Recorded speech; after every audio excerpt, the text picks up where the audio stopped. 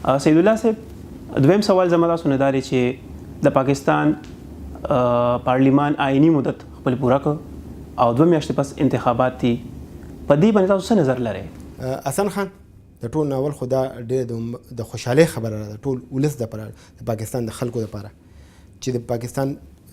پارلیمان چې دی نو هغې خپل آئیني مدت پوره کړو او دا په 2م ځل تقریبا پوره کړو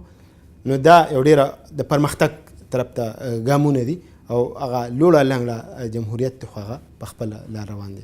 یعنې تاسو ته پته ده چې پاکستان په دې 70 کاله کې چې نو چېرې به پارلیمان خپل وخت نه پوره کوو. بل تاسو د اوس 2 میاشتې وروسته د انتخابات خبره وکړه نو الله دې وکړي چې انتخابات په خپل وخت وشي او چې کوم ته موږ جمهوریت وایو الله دې وکړي چې په هغه طریقه وشي. خو د پاکستان چې کوم د تاریخ ته د 70 کاله تاریخ ته وګورو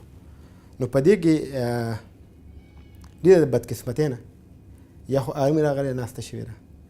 یا هغه قوتونو حکومت کړی دی هغه سیاسي خلکو هغه سیاسي پارټو چې کومې جوړې شوي دي چې هغې ته د اسټبلیشمنټ اشیرباد حاصل یا مرسته حاصله وه هغې حکومت کې راغلی دي. نو په دې دوره وخت کې چرې هم داسې نه دي شوي چې جمهوریت چې څه ته وایي د خلکو رای چې خلکو د چا باره کې د چا او د دې ثبوت ته هم زه دا وایم چې لکه تاسو وګورئ چې کوم یو اوس هم مونږ وایو را روانو حکومت کې چې را پلان کې به ګټي ځکه چې نو اسټبلیشمنټ د هغه ملګرتیا کوي دا عامه خبره ده یوازې نه کوم دا عام ته هر پاکستاني نه تاسو کنه یاره پلان کې د ګټي چې اسټبلیشمنټ ملګرتیا کوي نو دا ډېر د بدقسمتۍ خبره ده. بله خبره دا ده چې اوس را روان انتخابات دي نو په هغې کې هم هغه پوزیشن جوړ دی چې کوم زموږ د هغه تاریخ تسلسل دی. ټول عمر د پاکستان د نظام چې دی نو دا داسې د یو تکون په شکل ګري په یو سایډ باندې اسټبلیشمنټ ناست دی او په بل سایډ باندې د اسټبلیشمنټ د مرستیال جماعتونه په بل باندې د اسټبلیشمنټ خلاف جماعتونه نو په دې یو تکون د اسټبلیشمنټ په خپل ځای پوښ ولاړي دی خو یا لړ شي په حکومت په خپله کې یا چې دی نو هغه خپل مرستیال جماعتونه چې کوم خپل ځان له ګټې ویني نو هغه جماعتونه چې هغه حکومت کې خو دغه دواړه تکون باندې چې کوم خلک هغه په یو ځای نه کله یو بره بوزي یو کته راولي او کله بل بره بوزي بل کته راولي. ټول عمر نواز شریف چې نو په د مرستیال سایډ ته پاتې شوی دی خو د 2008 نه چې والی د 2018 پورې د 10 کاله سفر کې مونږ نواز شریف وکړو چې هغه د بل اړخ ته راغلی دی. ټیک ته چې د هغه 2013 الیکشن کې هم هغه د قوتونو په مرسته باندې راغلی دی خو د هغې نه وروسته هم هغه خپله لار خپله چالنه بدله کړې او هغه چې نو په هغه څیزونو روان چې کوم جمهوریت طرف ته قدمونه اخیستو یا د اسټبلیشمنټ خلاف هغه ګامونه اخیستي دي نو تاسو د هغه عمل ولیدو هغه خپل ټایم پوره نه کړی شو هغه نااهل د وزارت عظما نه لرې کړی شو نااهل کړی شو تحیات نااهل کړی شو او مختلف قسم الزامونه پرې لګېدل حالانکه ټیک ته هغه کې به دا امهیي مونږ دا نه وایو دود کې دله هو کوئی بھی نہیں ټول یو شی دی خو چې کم سړی یعنی زرداری صاحب د دې نه مخکې زرداری صاحب چې هغه یو ډېر بدرنګه شکل د هغه خلکو ته وغولی شو چې هغه ډېر کرپټ دی او هغه باندې داري خو چې کله هغه راغی هغه خلکو ته د تکون بل سر ته راورسېدو نو د هغه عدالت ولم یو کلین شیټ ورکو او هغه راغی هغه اوس چې نن هغه په نواز شریف باندې یا په نورو خلکو باندې ګوتې اوچتوي یعنی زمونږ بدقسمتي دا ده چې هغه تاسو ته وایي چې تکون دی بل سر ته راشي ناپاک شي خو چې کوم یو کته راشي که هغه په دې لاندې د تکون په دې کته سر چې کله عوامي هند پارټۍ په دې کته سري غداراني چې بل سر ته راشي نو هغه چې نو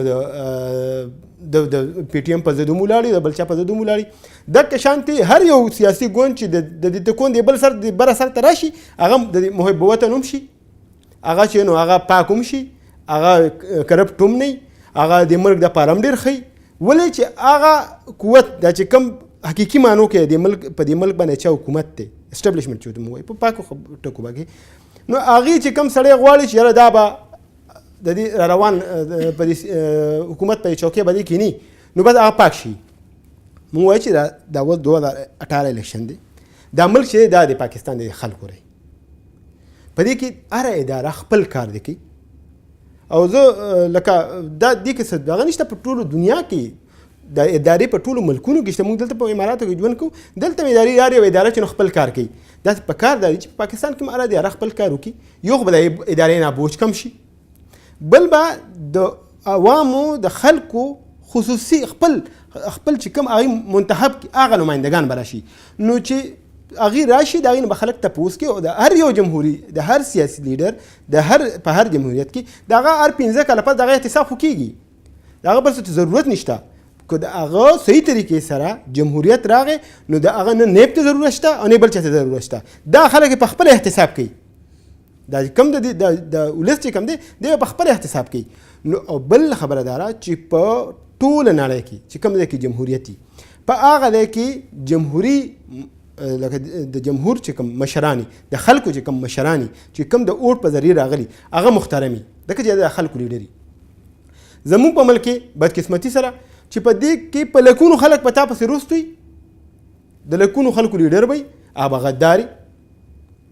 لکه تاسو وګورئ نن نواز شریف چې نو درې پیرې د پاکستان وزیر اعظم پاتې شوی دی او هغه چې ناول غدار دی نو دا موږ دنیا ته څه وایو چې یاره زموږ په دې ملک کې لکه وزیر اعظم غدار جوړېدی شي دا موږ کوم شکل ښیو او بله د بدقسمتۍ خبره سره تاسو وګورئ چې د اسد دراني کتاب راغلی دی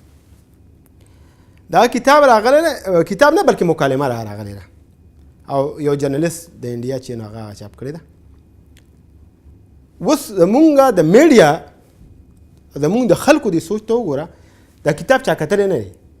که دا کتاب چا وکتو که نه خو زمونږ په ملک یو شی دی زمونږ په ملک د 2 څیزونو ډېر زیات ارزاني ده یو د فتوو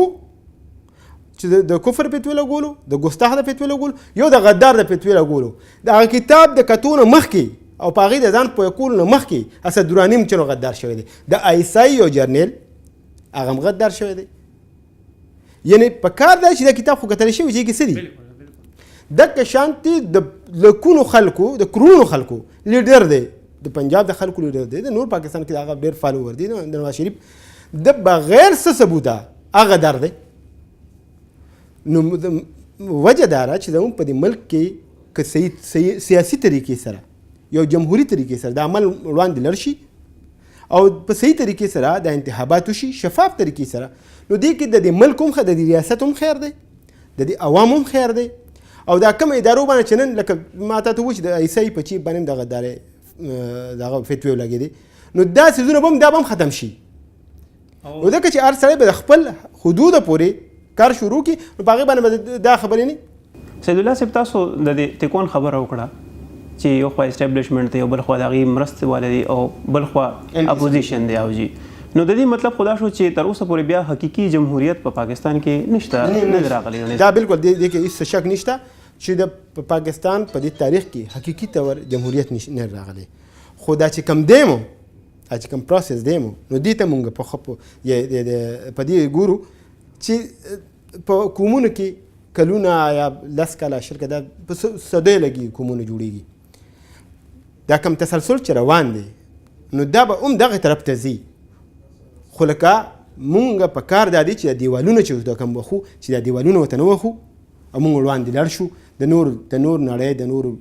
د ترقي یافته ملکونو سره د ترقي یافته قومونو سره سیال کو ځان تاسو وګورئ چې کوم ملکونو کې صحیح جمهوریت دی نو هغه ملکونه چې نه مخکې تللي دي نو موږ د هغې نه سبق والو او چې د خپل ملک په مخکې بوځو د خپل خلک چې راوچت کړو د خپلو خلکو له سیاسي شعور ورکړو د خپل خلک په دې پوه کړو چې دا ملک زموږ دی او په دې ملک کې چې سم کېږي نو دې خلکو په چې دوی څه غواړي هغه به کېږي هغه مونږ ولکه مونږ وایو چې یاره اکثر خبره دا کوي خلک دا خبره کوي چې خلک صحیح سړی نه منتخب کوي که خلک صحیح سړی نه منتخب کوي او که غلط منتخب کوي د دې خلکو مشر وي د خلکو منتخب کړي که غلط منتخب کړي نو د هغې خزا به هم د خلکو ته میلاویږي او که سم منتخب کړي د هغې هغه ګټه به هم د خلکو ته میلاویږي نو دا خو د خلکو ملک دی د دې خلکو حکومت پي د خلکو مشران وي که هغې ټیک مشران منتخب کړي نو ښه به ورته میلاویږي که یې غلط منتخب کړي نو غلط به ورته میلاویږي خپله سزا به ورته په خپله باندې میلاویږي سید الله خان صاحب تاسو ډېره ډېره مننه ګرانو کتونکو نن زموږ د پروګرام وخت ختم شو تاسو نه اجازه غواړو د الله په امان